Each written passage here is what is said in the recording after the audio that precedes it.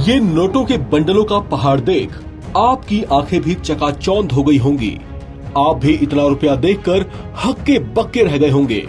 Jharkhand ED के अधिकारियों का भी यही हाल था जब उन्होंने एक नौकर के घर से करोड़ों रुपए कैश बरामद किए।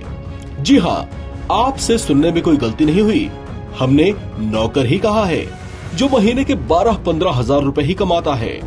उसके घर पर मिले इतने नोट किसी कुबेर के खजाने से कम नहीं है। जिसका ये नौकर है उसका मालिक पर्सनल सेक्रेटरी है, और जिसका वो पर्सनल सेक्रेटरी है वो कोई और नहीं बल्कि झारखंड के ग्रामीण विकास मंत्री आलमगीर आलम है। एक मंत्री के पीए के घर से करोड़ों रुपए कैश बरामद होने के बाद ये भी चर्चाओं में छा गए हैं। इसके साथ ही ये सवाल भी उठ खड़े हुए हैं कि ये पूरा माल आखिर है किसका और किसने नौकर के घर पर इतना माल छिपा रखा था।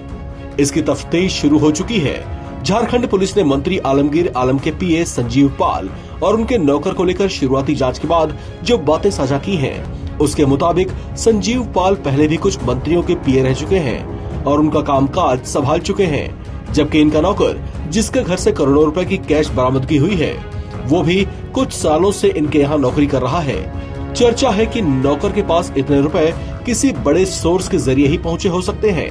ये भी कहा जा रहा है कि इसके पीछे का मास्टरमाइंड कोई और हो सकता है, जबकि नौकर इन करोड़ों रुपयों का केयर टेकर हो सकता है। ऐसा भी हो सकता है कि सर्वेंट क्वार्टर में इतने रुपए इस मंशा से छिपाए गए हो ताकि किसी को जरा भी शक न हो, लेकिन ऐसा हुआ नहीं और भांडा फूट ही गया। 2 अलग अलग ठिकानों से करोड़ों रुपए के अलावा ज्वेलरी भी बरामद की गई है। दरअसल ईडी को इन करोड़ों रुपए का पता इत्तेफाकन चला था। वो तो ग्रामीण विकास विभाग के पूर्व चीफ इंजीनियर वीरेंद्र राम, जिन पर सरकारी योजनाओं को लागू करने में अनियमितता का आरोप लगा था, साथ ही उन पर मनी लॉन्ड्रिंग के आरोप भी लगे थे। इसी सिलसिले में ईडी जगह जगह छापेमारी कर रही थी। इसी कड़ी में मंत्री आलमगीर आलम के पीए के नौकर के घर भी तलाशी हुई, जहां से करोड़ों रुपए बरामद हुए। 2019 में भी ग्रामीण विकास विभाग के पूर्व चीफ इंजीनियर वीरेंद्र राम के एक सहयोगी के यहाँ से करोड़ों रुपए कैश की बरामदगी हुई थी।